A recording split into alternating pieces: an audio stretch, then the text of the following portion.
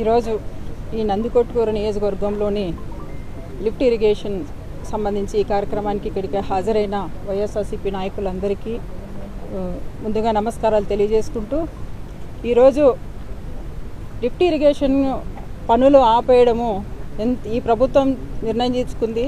అదెంత దుర్మార్గమైన చర్య అని తెలియజేస్తున్నాం.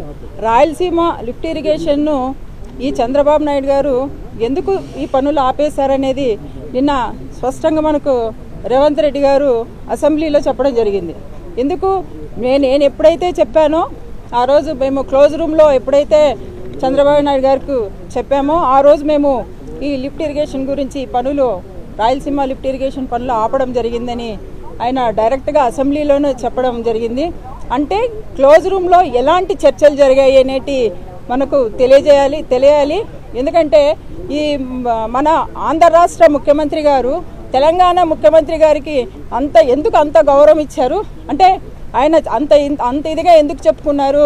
వీళ్ళు తక్షణమే మన ముఖ్యమంత్రి గారు రాష్ట్ర ప్రజలకు క్షమాపణ చెప్పాలని ఈ సందర్భంగా తెలియజేస్తున్నాము.